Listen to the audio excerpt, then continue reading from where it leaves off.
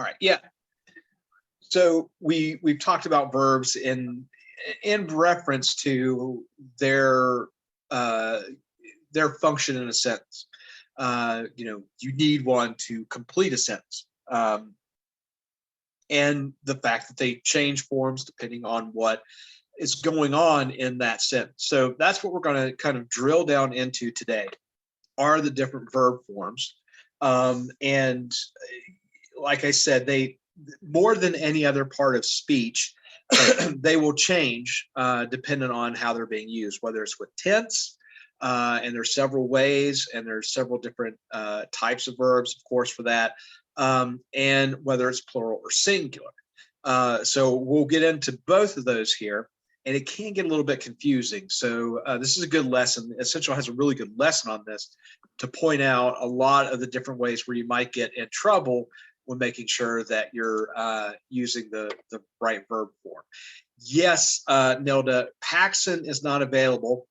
Rachel and I are working on that, and we may get it back. I don't want to make any promises, but we might be using it in the future. We'll see.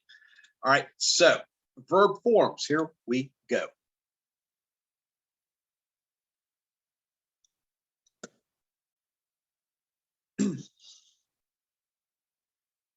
Hey there! This is the lesson about verb forms. Because verbs have so many different forms, they can cause a lot of errors. This lesson will teach you about verb forms and subject-verb agreement. Verb forms used to cause me all kinds of problems. When I was writing, I would make a lot of mistakes. I learned to recognize slang pretty quickly. Incorrect verb forms like I've been studying business math instead of I have been studying business math. That's the sort of thing that people say in real life, but that just isn't correct when you're writing. I thought I had verbs down. Then I was writing an application for a grant program, and I'm sure glad I had someone look it over for me before I sent it out. I realized I was still making mistakes with verbs. Here's one thing I wrote. My business plan, including the financial projections, are attached. It sure sounds right at first, doesn't it? Financial projections are attached. The verb are is plural, and the word projections is plural. So they sound okay next to each other, but the trick is financial projections isn't the subject. See, that's just part of the business plan, and the business plan is what's attached. The subject is singular, business plan, so the verb needs to be singular too. I've learned to watch out for special situations where it's easy to mess up the verb form. Here, let me show you what to watch for. Right. So that's the real key there, is making sure you understand the verb is matching the subject. And sometimes it means locating the subject in the sentence and understanding what the subject is doing, or the correct, whether it's plural or singular. So we'll talk about this in greater detail as the lesson goes on, as far as making sure that the subject and verb are matching.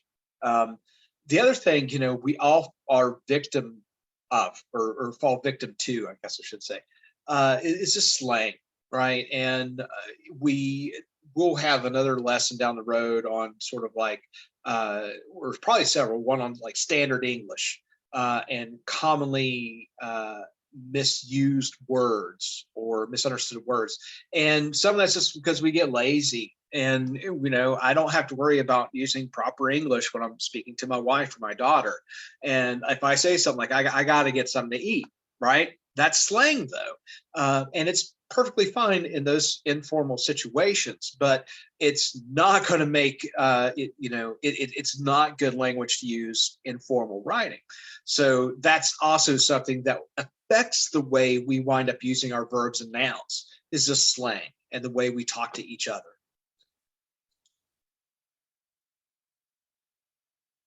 Let's start out with some basics about verb forms. Every verb takes different forms depending on the time, that's called tense, and the subject. Let's look at a regular verb, to want. The verb form depends on two things, the tense and the subject. In present tense, the verb has two forms. If the subject is I, you, or plural, then the verb is just want. If it's third person singular, like he or Jessica, then the verb gets an S ending, wants. The past tense always gets an ed ending, wanted. The future tense is will, want. Irregular verbs can be a little more. So just to reinforce what he's talking about there, particularly with like pronouns and things like that. So the most simple form, we have 3 tenses for simple verbs like want. And he's talking about these various forms of the pronoun. So I, as a the present would be want. I want to go to the movies, whatever it is, or I wanted to go to the movies, which is the simple past tense. And we'll get a little more. We'll add to that, and there's some resources we'll look at in a minute to to flush that out more. And then the future tense, right? That's something that's not happened yet. So I will want to go to the movies. I don't want to right now, but I will want to later. And then so that is, so the others, he, she, and it, right? Now you're going to use wants. So he wants to go to the movies. She wants to go to the movies. And the rest of those, that's the only ones that you really change. The rest will be the same. Same thing goes for we, you, or they. You would use want, right? All right, so let's keep going here. Complicated. The most difficult verb is to be, and it's also the most common. See how there are more verb forms and there aren't different endings? There's a special present tense form for I, and there's a different singular and plural past tense. In the resources, you'll find more information on verb tense and irregular verbs. But right now, let's go over some common slang and mistakes. Look at this sentence. Joanne be complaining all the time. That's slang. You don't use be with an ing verb or in present tense. You'd say, Joanne is complaining all the time. Here's another one. It been cold all week. It's more slang. You use been with helper verbs like have. So you can say, has been cold all week. Or you could use a contraction. It's been cold all week. Right. So contractions, we know, combining 2 words to simplify the form. In this case, it's has several different forms, but one of which is either it is or it has. So that's a short form of it has in this case. I always mention in formal writing, try to avoid using contractions. In less formal writing, if you're texting somebody, you're emailing a friend or things like that, that's fine. But it's not slang. And of course, we all use contractions, but in formal instances, that's something that you don't want to use too much or ever. Here's a common one. I gotta go soon. The word got is the past tense of get. You would say, I got a haircut yesterday, but you can't use got without a helping verb in the present tense in formal English. You can say, I have got to go soon, or just, I have to go soon. How about this example? They blowed up the fireworks. That might look right because it uses the ed ending for the past tense. Guess what? It's an irregular verb. It should be, they blew up the fireworks. That's the basics about verb forms. And some of those are a little tricky because it's just getting exposure to them with irregular verbs. So just like the irregular nouns that have strange plurals, right? Child and children, man and men, goose or geese, right? And then some that don't change at all, just like deer, right? You have one deer, you have many deer. And some of these verbs are just, is it blue or blowed? Sometimes you just have to, if you have the chance to look it up or just familiarity with it. And other times it just sounds kind of weird. So this is kind of the case. But other times, if you get into some of those verbs or you're less familiar with, it might be a little tricky. Let's keep going here. Choice is the correct verb for the sentence. All right, yeah, I blank study for the test tomorrow. Let's see, Nilda, what will we want to use here?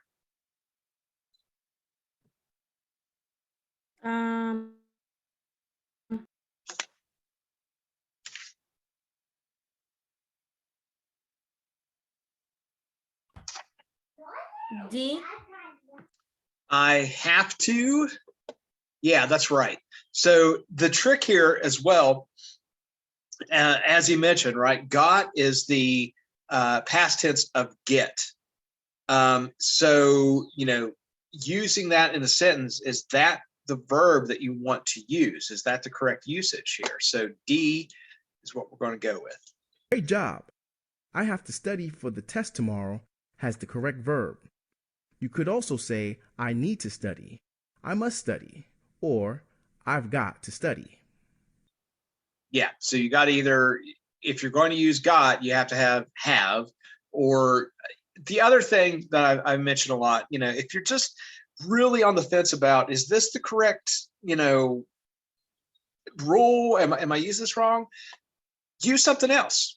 If it comes down to it and it feels awkward to you, or you're unsure about the usage, just use different syntax or use different words there that you're more confident that will work. Okay, let's get into some common problems with subject-verb agreement. If a subject is singular, the verb gets an S ending. If the subject is plural, the verb doesn't have an ending. You've also got to make sure the subject agrees with the verb. Take a look at this. Enrique seems sad tonight. That's an easy mistake to make. It's a singular subject, so it needs a singular verb with the S ending. Enrique seems sad tonight. But it's not always that simple. Let's look at two types of confusing subjects: compound subjects and pronouns. Compound subjects happen when you have more than one subject. Sometimes you have two singular subjects joined by and. That might sound singular, but it's really plural. The book and the pen are on the table. The plural verb are is correct. On the other hand, if the two subjects are joined by or, then the verb should be singular. The book or the pen is on the table. If one of the choices is plural, then the verb should be plural. The book or the pens are on the table. If the subject is either, neither, or there, then whether it's singular or plural depends on what it's talking about. Either and neither work like or. If the choices are singular, it's singular. If one of the choices is plural, though, the subject should be plural. Either the book or the pens are on the table. Neither the bread nor the milk is bad. There changes depending on. All right, let's review that too, because that's a lot of information. So compound subjects, right? They're singular by themselves. Matt is going to the store, right?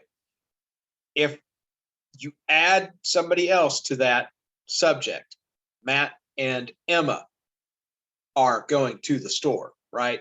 Now it becomes plural, right? It's more than one in the subject. It's a compound subject. The thing with or, right? One way to think about that. So here that's still a compound subject.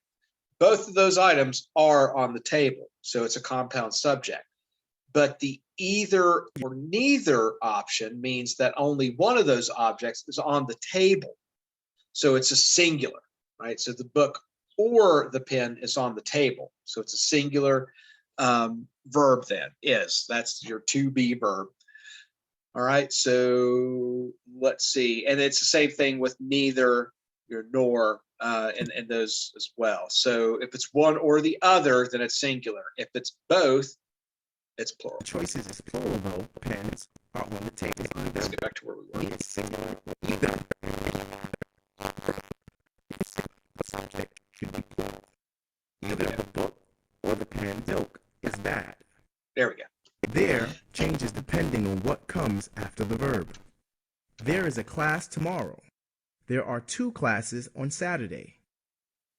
The words any, some, or most. So back to that, there's your class is your actual subject. So there is a class tomorrow. So class singular. There are 2 classes on Saturday, right? So are is your plural verb, is your singular. Saturday. The words any, some, or most can also depend on what they're describing. Most of the people are friendly. Most of the country is rural. The verb in these sentences depends on people and country instead of the subject, most. A few types of pronouns called indefinite pronouns might sound plural, but they're singular like everyone, anyone, no one, or everything. Everything is ready. Is anyone coming? Just right. You're treating those as a single entity, just like those compound nouns, right? Just like a team. So the compounds here, like everything and anyone, those types of pronouns, are going to be considered singular. And we're going to talk a little more about. Watch out for compound subjects using and or, singular pronouns like everyone, and words like there, many, or either that can be singular or plural. Right. So compounds, right? If it's a compound subject using and, plural verb. If it's using or, either, neither, anything like that, singular.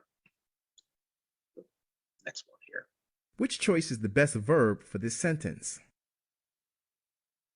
All right. Let's see. Jessica, you want to give that one a try?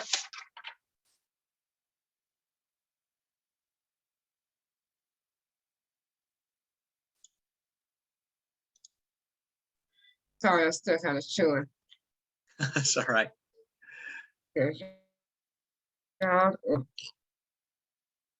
Is going to bring. Yeah, is right. And I always mention, Nilda knows I harp on this. Does it sound right? If you have to, as a test taking skill, go through every option, right, and see which ones sound better. And most likely you'll get maybe 1 or 2 that you need to decide from. But you can eliminate the noise and not have to look at all the. It's like the what was the game show? Who Wants to Be a Millionaire? And they give you the 50-50 and they eliminate some of the answers. You can do that really quickly by reading through some of them if you're having a hard time. No, and this is where it gets tricky. But again, it's or, not and, so that's going to make it is. Great job. The correct answer is either John or Miguel is going to bring the chips to the party. When the word either is used with 2 singular choices, the verb should be singular. Right on. Okay. And this next one's really good too. Okay, a couple more things that can mess up the verb. Titles and intervening phrases. When I say titles, I mean the titles of books or TV shows or companies that sound plural. For example, what about the TV show The Simpsons? It's one TV show, so it's actually singular, and it gets a singular verb. The Simpsons is my favorite show. The same is true for company or organization names, like this. General Motors is a large car company. One exception in American English is sports teams. Yeah, so it's correct, and it's going to sound awkward. The Simpsons is my favorite show. Star Wars is my favorite movie franchise, right? Game of Thrones is my favorite TV show. That is one of those exceptions because you're not actually talking about a plural. You're not talking about a family. You're talking about a intellectual property, right? You're talking about art. So that's going to be singular, and it's weird. No matter how you slice it, right? It's going to sound a little awkward. The context there, right, of what you're talking about makes it sound not as awkward as it should be, right? Context is kind of important when it comes to titles It's one TV and is my intervening favorite show. phrases. This The one's same is true for company or organization. General Motors is a large car company. yeah. One exception in American English is sports teams. It's different in England, but in the US, sports teams that sound plural take a plural verb. The Yankees are good this year. There's Yeah, just to make more things, let's just make it more complicated, right? When it comes to a sports team, team being a compound noun, right? We would talk about a generic team, not a named team, but just the team as, you know, it will receive a singular verb, right? Because it's one entity. For whatever reason, I guess just because it's English and we like to make things difficult, if we are talking about a particular sports team with the name that's plural, and most of them are, there's some exceptions. I'm trying to think of one. But you know, you know, the Bengals are going to the Super Bowl this year, right? That's the verb. It's that plural verb. Just like it says here, the Yankees are good this year. Plural verb, even though that's technically another compound noun, right? It's like a whole entity when we're talking about a team like that. But in this case, and I didn't even realize that, you know, in Britain, and it's different. They actually use the singular. other situation when verbs can get confusing. Intervening phrases. That's when a phrase comes in between the subject and the verb.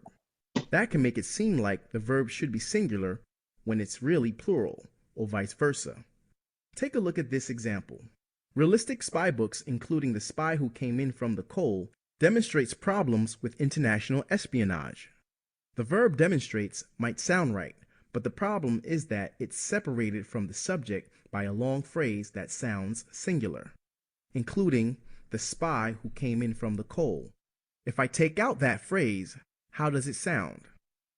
Realistic spy books demonstrates problems with international espionage. That's not right. You wouldn't say books demonstrates, you would say books demonstrate. Realistic spy books demonstrate problems with international espionage. Realistic spy books, including the spy who came in from the coal, demonstrate problems with international espionage. If you can find the subject, then you can choose the right verb. Yeah. So it doesn't matter how complicated a sentence is, how long it is, it's matching the subject with the verb. And these intervening phrases, right? If you see a sentence where you have something set off in commas, it's typically going to be an intervening phrase, right? It's something, it's giving you additional information. It doesn't change the subject or verb of the sentence. So just like he mentioned here, right? You should be able to remove that intervening phrase between the commas, and you still have a sentence that makes sense for starters, and then you'll be able to identify the verb form that you need, whether it's plural or singular. So realistic spy books, that's plural. Demonstrate, plural verb, problems with international espionage. No matter what, you could put all kinds of crazy stuff in between that, but it doesn't change the verb based on the subject. It's still a singular, or I'm sorry, plural verb there. So before we move on, let's see, we might have one more practice question. Which choice is the correct verb for the sentence? Mariama, would you like to try this one here?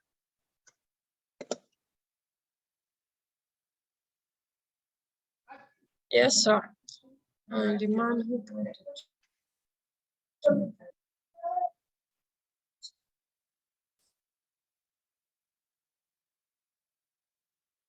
it's A.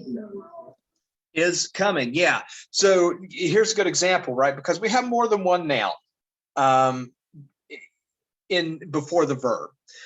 So we have to make sure that we're identifying what is the correct subject. So it is the man, right? It is not the birds. That's additional information. The man who bought the two birds, that's describing who the man is, right? The man who bought the two birds is coming later today. Great job! The correct sentence is, the man who bought the 2 birds is coming back later today. Even though the word birds comes next to the verb, the subject of the sentence is man. It needs a singular verb. Yeah, just keep in mind that your subject is not always next to the verb, right? That's your first rule of thumb. Always identify what the subject is, and then you'll be able to consider what you need for the verb. Now we're going to take a look before you guys get into your exercise, your quiz questions there. Some of these verb tenses and how they work. So let's see here, and they get a little tricky. So just some explanation, right, of some of the different verb tenses. And we saw this before, that simple verb tense, right, where it says past tense, present tense, future tense with a simple verb. So in this case, they're using the verb work, right? So she worked yesterday. That's the past tense. You add ed. Dan and Thea worked on the project. Right, same thing. Present tense, right? Present tense is where you may need to change the whether it's a singular or plural verb. So I work at the store. Chico works at the travel agency. They work too hard. So I, we know, is the I pronoun. For whatever reasons, you get that plural verb. Right? Work would be the plural verb. I work at the store. Compare that to Chico. We're talking about somebody else. We have a proper name there. So Chico works at the travel agency. That is the singular verb there, works. And then the next pronoun there, they, will also get the plural verb. They work too hard. Future tense. Hasn't happened yet. This is something that's occurring in the future, and that will have will work, right? We add will as that helping verb there to signify that it's in the future. So Marco will work tomorrow, something that's happening down the road. Marco is going to work tomorrow is something else that you could say there. Perfect tense, right?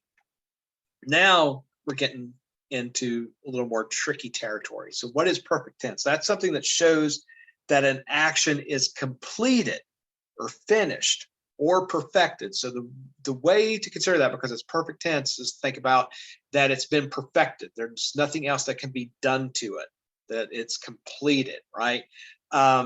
So you use a form of to have. So here in that past tense, had worked, right? Kim had worked there before. That action is completed, right? When did Kim work there? Before. She's done with that. She doesn't work there anymore, or she's completed that work. Same thing with they, right? So in most cases with past tense, you do not change whether it's a singular or plural verb, right? It's going to be just worked, or you add that ed to signify that it's past tense. Present tense, though, gets a little tricky when you're talking about perfect tense. Laura has worked all week, or they have worked 3 days. So that is also a little tricky, but you see that the work is completed. It's finished. There's nothing more to do.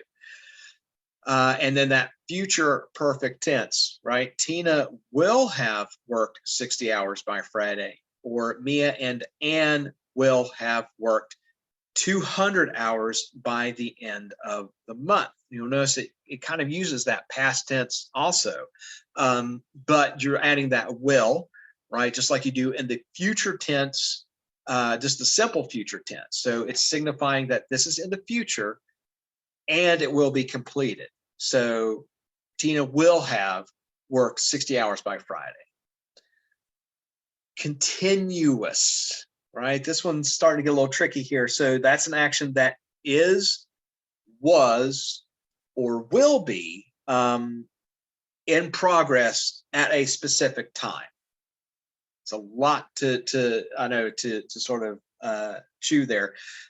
These tables I will put on Google Classroom as well. Of course, you can get into the Essential program and you can pull them up. It's just under the resources button up here.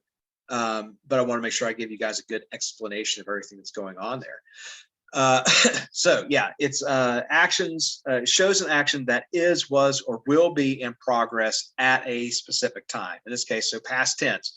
Kim was working yesterday, right? So that was ongoing. They were working on an experiment. Present tense, right? I am working today. So it's really easy to see that continuous present tense, right? Because it's something that is happening right now and it's continuing to happen. Connie is working at the video store. So as we speak, I don't know where that video store is since they don't really exist anymore, but Connie is working at the video store. I guess there's a Blockbuster somewhere, it's still open. So, and then they are working at a new company, right? Same idea there, right? It's happening in the present, it's ongoing. Continuous future tense. So we use will be working. Okay. So Lily will be working on Friday. So when that happens, she'll be working continuously. Andy and Lou will be working soon. Right. So not a specific time, but in the future. Perfect continuous. Okay. So sometimes that's called progressive or progressive continuous. So it started in the past and is continuing. Okay. So yeah, finished or completed after it being ongoing or continuing. So uses a form of to, have, or been, or by you add an ing on the verb.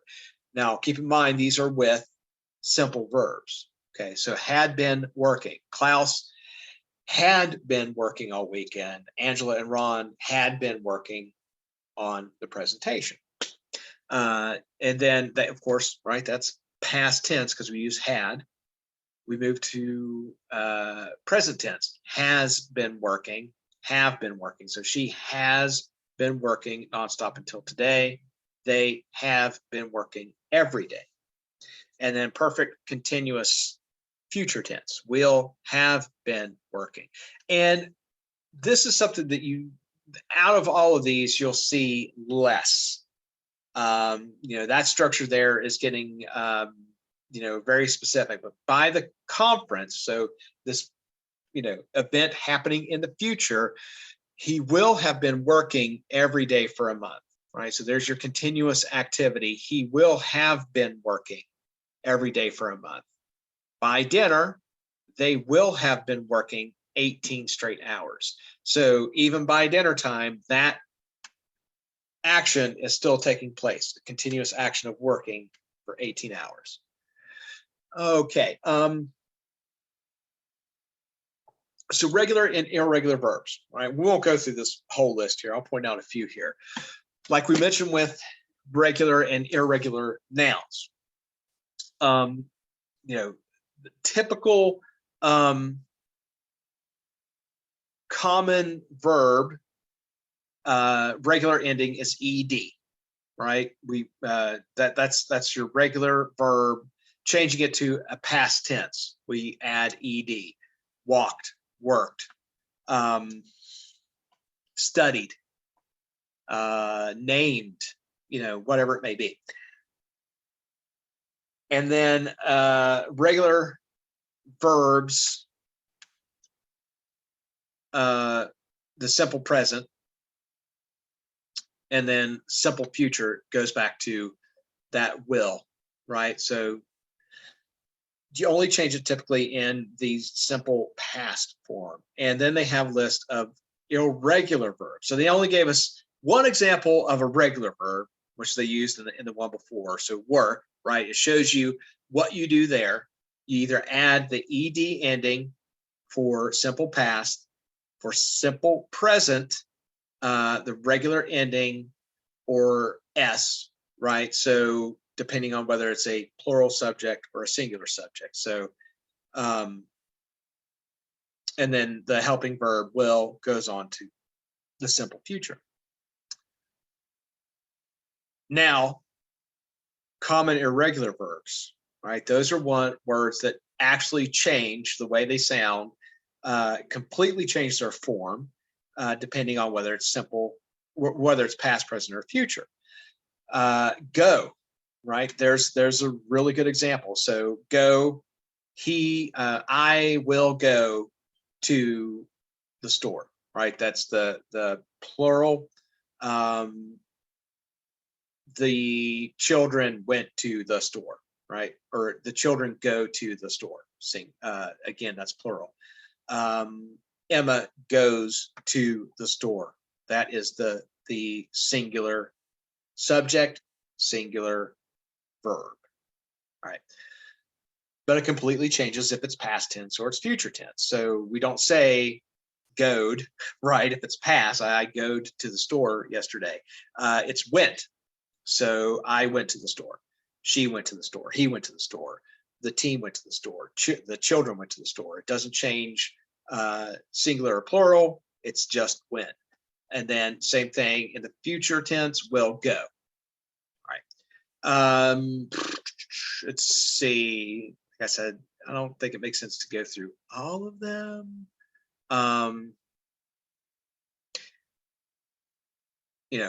Make.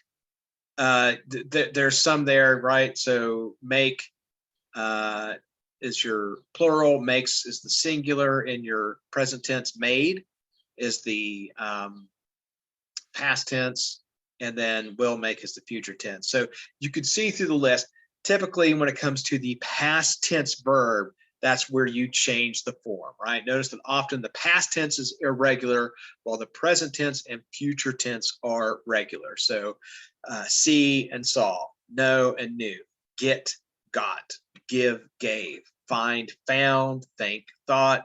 There is probably your most common ones. Put is an interesting one because it doesn't change in the past tense, right? It's still put. Keep and kept. So there's your good list. Like I said, I'll put those on Google Classroom so you can see some of those irregular verbs. Typically, it changes to a different form in the past tense, not the present tense or the future tense. More of them. Yeah, same thing here. Write and wrote, right? That's a good one. Stand and stood. And there's, of course, plenty more, but this is a really good list to know. All right. And then we have, okay, so now we're looking at the other tenses. Same kind of idea, though. So a verb like going with an ing for a continuous tense, right? An ongoing project. He is going to work, things like that. Changes to gone in the perfect tense, the perfect past tense, right? All right, and then perfect continuous tense,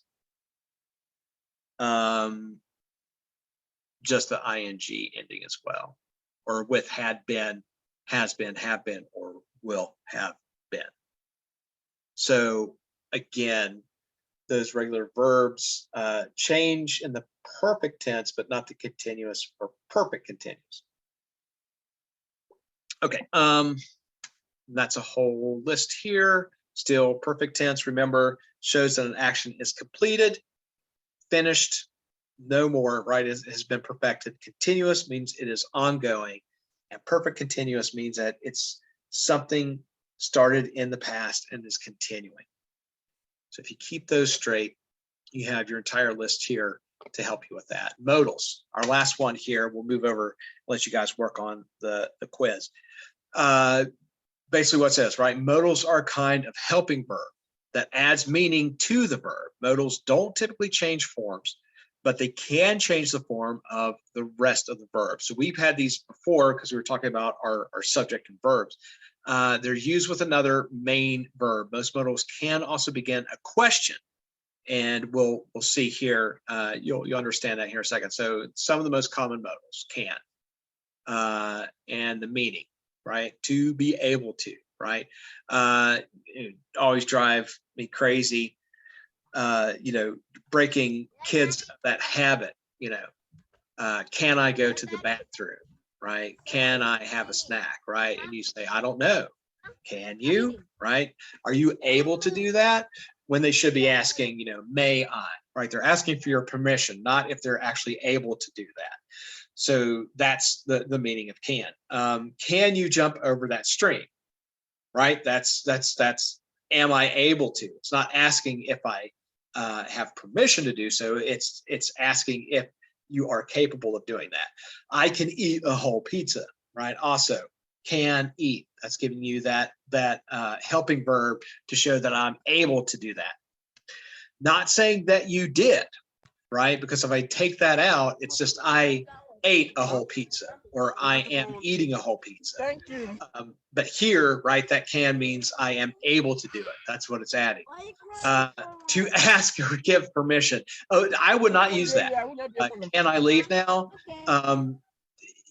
I didn't realize that they consider that proper English. I thought that was something, out of bounds. Like you should say, may I leave now, or you may go to the movies tomorrow.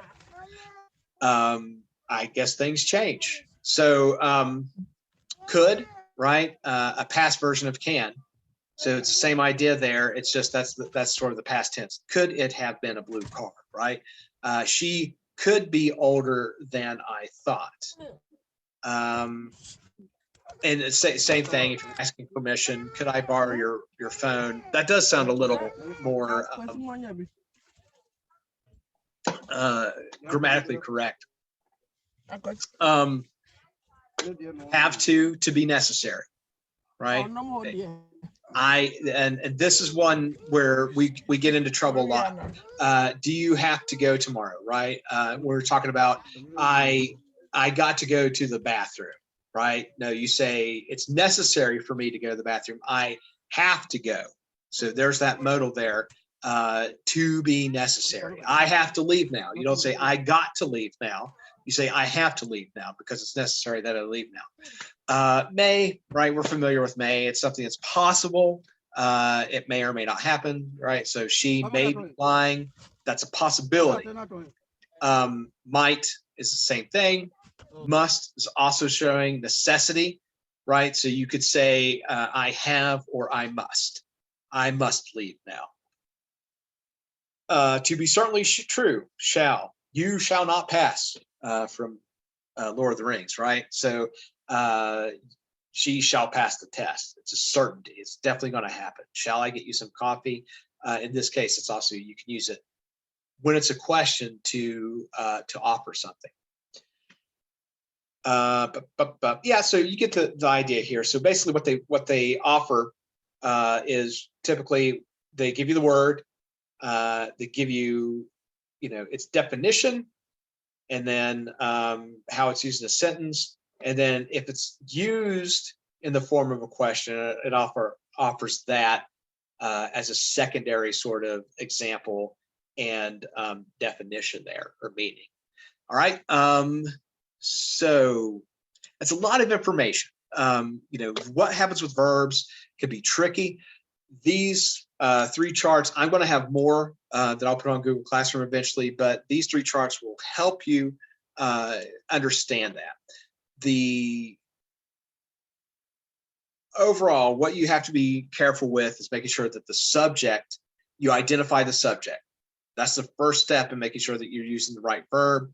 If you can, eliminate any type of intervening phrases, so you make sure that your subject and verb line up. And then you have to deal with tense. Is it happening in the past? Is it happening now in the present? Or is it something that's happening in the future, which is going to indicate whether you need like a helping verb. So any questions, I'll let you guys, I want to turn it over to you guys so you can work on your quiz for about, I'll give you guys about 15 minutes because we're moving along pretty quick today. So any questions before you guys get started? And I'll give you guys about 15 minutes there.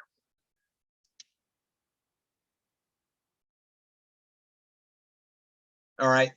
Yeah. So the lesson is in RLA language arts or just language arts, not in reading or not in writing. Or what? All right. I'm going to go ahead and pause our video for a minute. Okay. I was thinking about what I would do here, since I know this is kind of a short lesson, and we have, let me go back here. Just quickly run through the questions that you had, and I might have to open this again. Hold on a second. Just make sure you guys, see the correct answers. And if you had any questions about, any of those individual questions, you can see, sort of Hey there. through them. This is the lesson about verb forms. Because question one, so a couple test taking skills come into play in situations like this, particularly with multiple choice. You have like fill in the blank and stuff like that.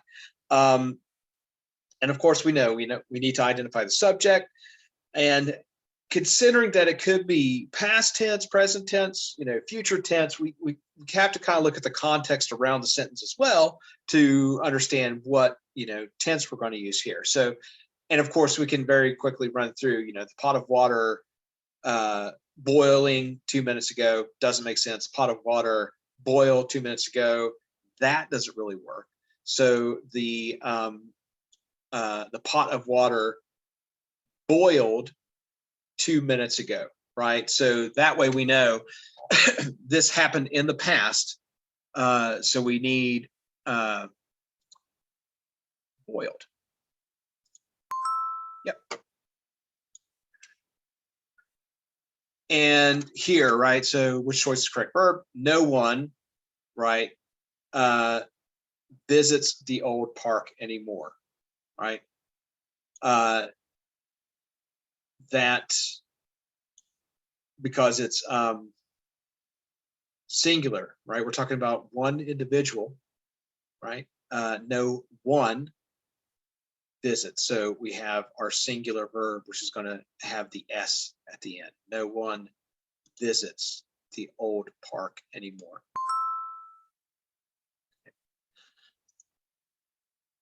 The squirrels in the tall oak tree blank higher when the dog comes near. So this is one of those situations where we have verbs coming after our subject. The squirrels, that's our subject, right? Okay, Jessica, no problem. If you finished up, head out. Glad you're here today. The squirrels in the tall oak tree climbed higher when the dog comes near. Or I'm sorry, the squirrels in the tall oak tree climb higher, right? This one's a little tricky, right? Because you have to understand that it's in present tense. So climb, wait a minute, the squirrels in the tall oak tree climb higher when the dog comes near. There we go. Hey, perfect. You got all. We'll go ahead and run through the rest. All right, so Rick and Irma, compound subject. So Rick and Irma are late today. So if it was Rick or Irma, right, that would be one or the other, it would be singular. Here, compound subject receives a plural verb. Rick and Irma are late today. You were wrong on this one. All right. There you go. All right. It says the verb to be is irregular. So we always use, are or is, was. We have to change the form there. Oh, and the one before, the squirrels. Yeah, see that one, pointing that out, Nilda, that's where you have to be careful about the context and everything and making sure that you know which one is the subject. Yvonne or Noah, right? So now it's that either or. And again, right? So if you were to encounter this on a test, you know that you're looking for a singular verb. So Yvonne or Noah calls their grandmother every day, right? Singular verb gets that S added to it. Yvonne or Noah calls their grandmother every day. American Gods. So there's that thing about titles, right? So we know that any type of kind of creative work, title, is going to receive a singular verb, right? Because it's thought of in a singular entity. So is, right? American Gods is a TV show based on a book by Neil Gaiman.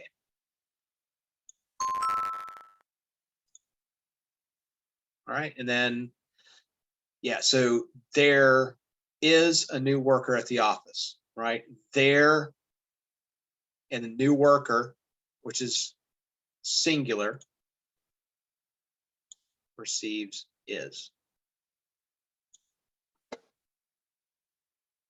Right? If we had new workers, if we put that as a plural, it would be are. There are new workers.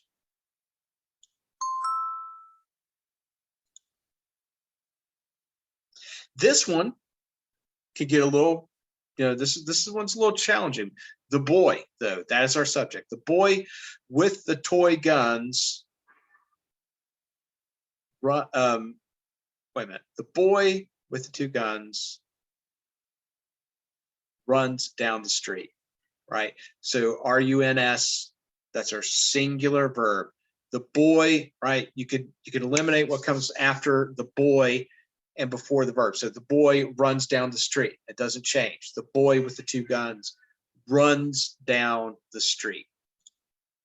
So hopefully that kind of helps, reasoning through them, finding the subject, finding the tense that you need, and then applying it. And then again, if you're running into a situation where maybe more than one sounds right, work through it in your head and see if you can eliminate one or the other.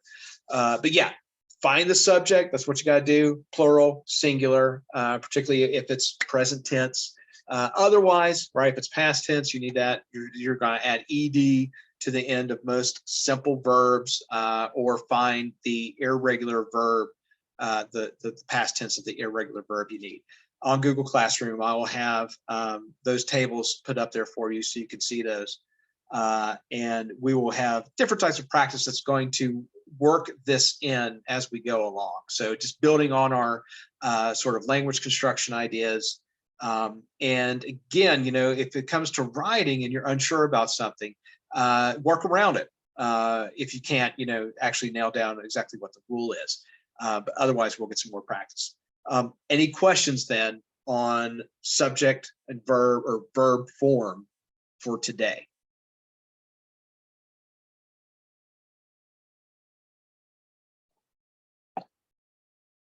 And Levon, I have not heard back from Rachel yet. We'll work on that and see if we can get you set up to make sure that you're seeing the lessons and everything. And otherwise, hopefully everybody else can see those showing up. Tomorrow's the last day of the week.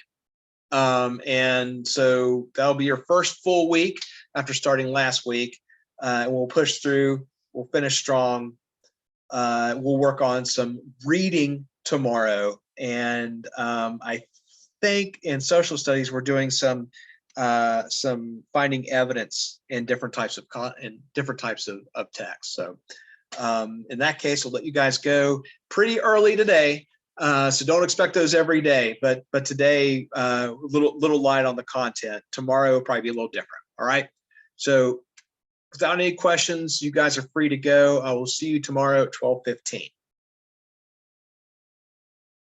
All right. Bye for now.